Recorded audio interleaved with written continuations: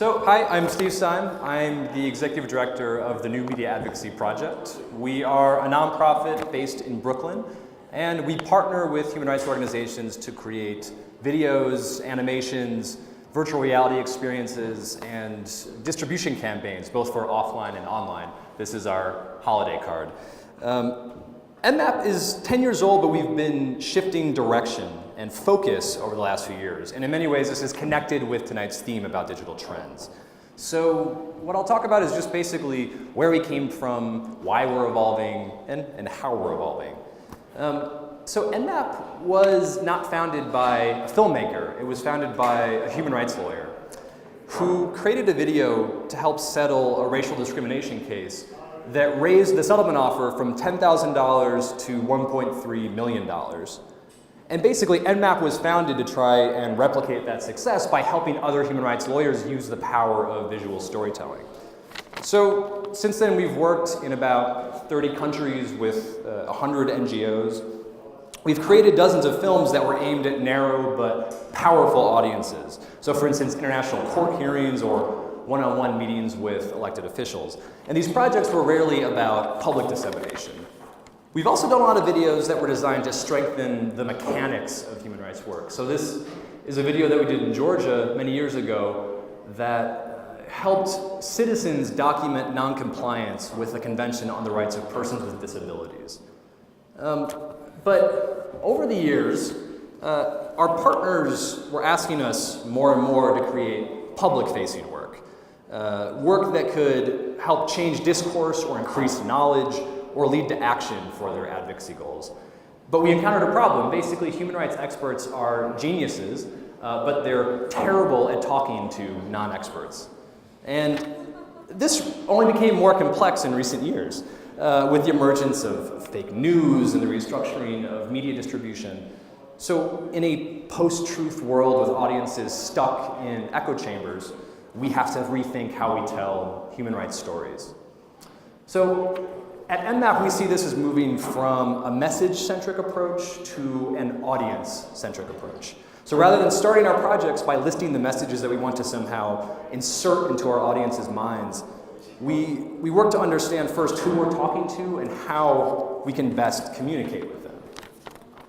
So to start making that shift, we've looked at other sectors that have expertise in understanding audiences. So for instance, the people that want to sell us things.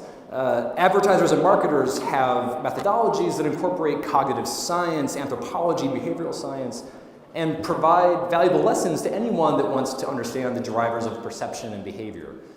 We also work with people, or look at the work of people like George Lakoff, a cognitive scientist who developed the concept of framing and reframing.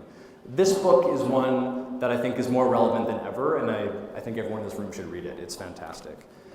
We also study the tactics of our opponents. So, as we know, authoritarians are quite gifted at creating and disseminating propaganda. And we look at what we can learn from the way our opponents communicate so that we can beat them without becoming them. So, two of our current programs really embody this shift.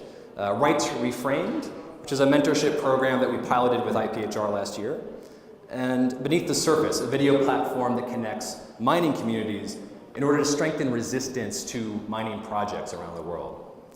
So to start with Beneath the Surface, mining companies use the same playbook, whether they're working in Guinea or in West Virginia. They spread false narratives about the economic benefits of mining, they create divisions in communities to weaken their resistance, and they bring enormous financial and legal strength that communities typically can't compete with. So we spent 2 years creating 6 films that capture the stories of communities that have faced off with multinational mining corporations. Each story highlights different resistance tactics and lessons, but most important for our audience, they're told not by Western NGO experts, but rather by community members.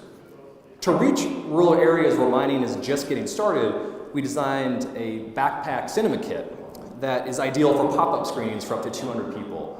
And to date, more than 10,000 people in DRC alone have seen the films, and we've measured increased knowledge, changed attitudes and deepened capacity for resistance. Now, Rights Reframed, give it up, is a year-long mentorship program for human rights offenders in the former Soviet Union. And our participants all started with unconventional ideas for reframing an issue where there is significant misinformation being disseminated by governments and other powerful actors. So the group first convened in Kiev last fall to learn about framing and audience research, iterate their project concepts, and develop a production plan. They're then paired with MMAP staff who act as mentors to help them develop their projects.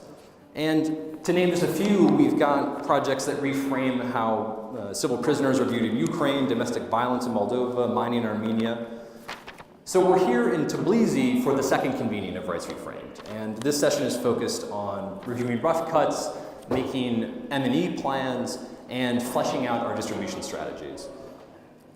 Now, the opportunity to spend an entire year working on these projects and have multiple in-person meetings is a rare thing, but makes an enormous difference in building capacity, refining these exciting project ideas, and promoting new forms of storytelling with the most creative people who are working in the human rights movement today. So looking forward, we're also in the early stages of experiments with emerging media technology. We actually recently created a virtual reality piece that's being used in advocacy with the World Bank. And we also plan to host a new cohort of Rights Reframed and are very eager to deepen our connections in this amazing community here. So thank you, everyone.